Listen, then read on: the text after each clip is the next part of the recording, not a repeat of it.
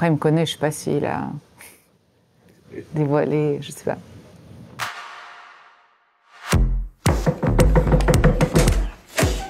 Ah non, mais me dis pas que t'es encore au lit à cette heure-ci. Vivement que ça s'arrête, cette dépression, ça fait beaucoup trop longtemps que ça dure. Si tu te reprends pas immédiatement en main, tu finiras en HP, comme ta grand-mère Babette.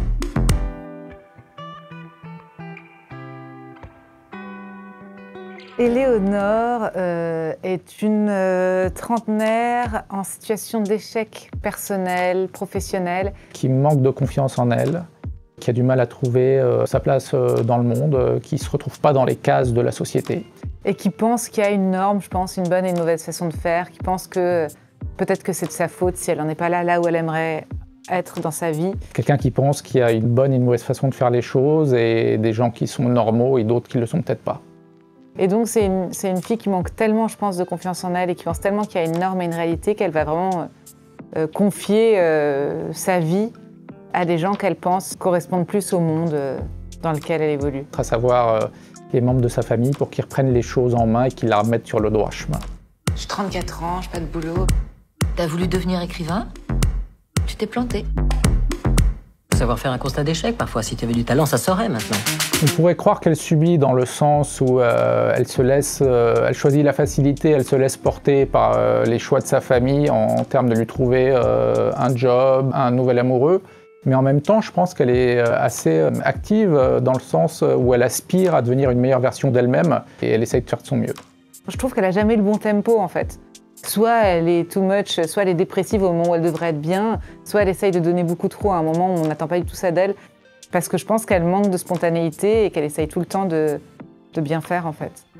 Sa sœur lui dit au début qu'elle est dépressive et elle a une réponse que je trouve très juste. Elle dit « non, je suis lucide ».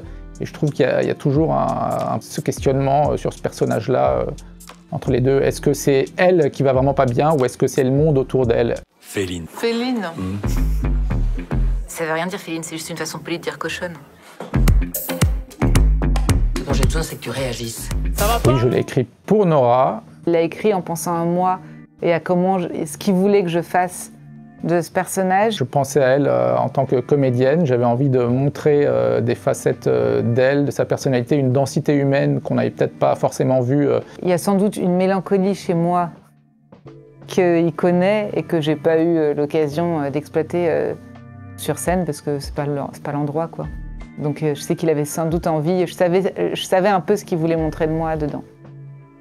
Mais j'ai pas pensé à elle en écrivant le personnage même, dans le sens où c'est quelqu'un de quand même très différent d'elle, beaucoup plus intériorisé. Elle n'a pas du tout le même débit que par exemple mon personnage sur scène, ou le même phrasé, ou les mots. Enfin, il fallait vraiment respecter aussi son texte, son truc, sa musique. Donc je voulais l'emmener sur un nouveau terrain, c'était ça aussi qui était excitant. C'est que tu réagisses. Ça va pas, non? Mais vous faites pas chier! Et que tu te mettes enfin à te comporter comme une adulte. Vous croyez pas doit venir d'elle, maman. C'est comme pour les tox et les alcoolos. Faut que ça vienne de l'intérieur. Hein? Faut vraiment que tu apprennes à te réconcilier. Je pense qu'elles sont toutes les deux très observatrices de ce qui se passe autour d'elles. Ce qui me rapproche d'Éléonore, je dirais que c'est peut-être, mais beaucoup moins maintenant, mais une façon de penser, en effet, qu'il y a une bonne et une mauvaise façon de faire, de se comparer peut-être un peu trop, de croire que c'est mieux ailleurs. J'aurais totalement pu, moi, confier ma vie à des coachs, tu vois. Il y a un moment d'ailleurs, je disais, faudrait que j'ai un coach sportif, une styliste, un truc, tu sais, te dire, les gens vont prendre en charge ma vie et je vais être quelqu'un de formidable. Donc en ça, il y a quelque chose que je comprends. Après, je me suis éloignée de ça parce que je me suis rendu compte que de toute façon, je ne ferais pas de sport et je ne m'achèterais pas de sape. Moi, j'aime bien, comme spectateur, quand je vais voir un film, qu'on ne me livre pas toutes les clés directes du personnage. J'aime bien le découvrir petit à petit. Et avec ce personnage, c'est exactement ça. Au fur et à mesure de l'histoire, on découvre d'autres facettes de qui elle est et pourquoi elle est si compliquée. Et avec Nora, je pense que même pour elle, c'est un peu ce qui s'est produit. C'est-à-dire, au début, elle a pu avoir une réaction un peu de se dire « mais qu'est-ce que c'est que ça? Cette personne me ressemble, donc c'est un peu troublant. » Et en même temps, c'est très différent dans la tonalité de ce qu'elle fait dans sa propre écriture. Donc il y avait un peu un effet de miroir déformant. Moi qui me plaît beaucoup de jouer avec la réalité, c'est un peu Nora Hamzaoui, mais dans un univers parallèle, dans la 4e dimension, quoi. Un truc. Faut vraiment que tu apprennes à te réconcilier avec ta féminité. Une femme doit savoir jouer de ses atouts. Ça me va pas du tout, je suis horrible, on dirait un train. Oh, le petit rôti. Elle l'a rendu plus simple de certains côtés, dans le sens où Nora et moi, dans la vie, au-delà d'être frères et sœurs, on est très amis et on se connaît très bien, on passe beaucoup de temps ensemble. Et donc du coup, en ça n'a pas changé 1000 trucs parce qu'on se comprend et que c'était juste très naturel. Mais disons que ce qui change, c'est l'après. Je trouve qu'autant sur le plateau, il y avait un réalisateur et une comédienne, autant là, on redevient frères et sœurs, je trouve. Donc sur la promo, sur les avis, sur le stress, sur le truc, c'est rechargé de qui on est nous. C'est vraiment un petit film indé.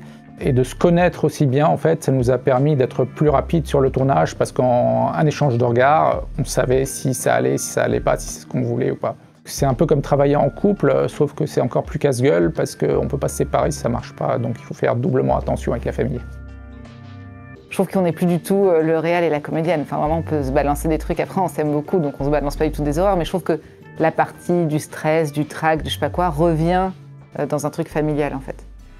Il y a un truc que je ne supporte pas, ce sont les fautes d'orthographe. Je suis exactement pareil. Les fautes grammaticales, les fautes sur le pluriel, les festivals, les festivals, on sait jamais c'est lequel des... Pardon. Non, je crois pas. Mais peut-être que lui dira que oui, mais moi je crois pas, franchement, non. Non, je pense qu'on n'a pas du tout ni le même processus, ni le même type d'écriture. C'est parce qu'on ne travaille pas dans les mêmes médiums. Ce dans quoi elle est le plus à l'aise, c'est les dialogues.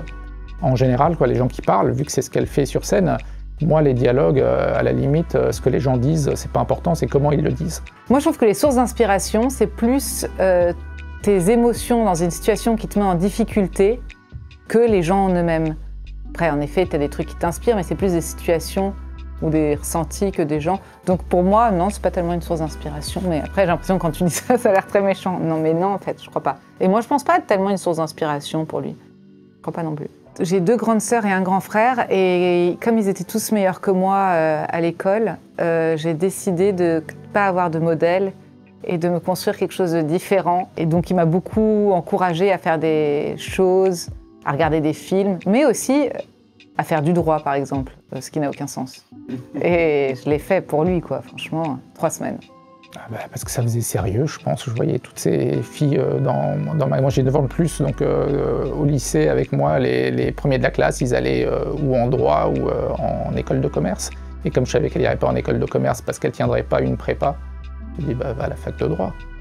J'ai eu le temps d'arriver à ça, de me faire virer du premier TD parce que j'étais coincée derrière un camion poubelle et qui m'a dit « Mademoiselle, votre vie privée ne m'intéresse pas », ce qui était déjà très humiliant pour un truc comme ça. Et après, j'ai été vendeuse dans un magasin de lingerie et j'ai pris des cours de théâtre.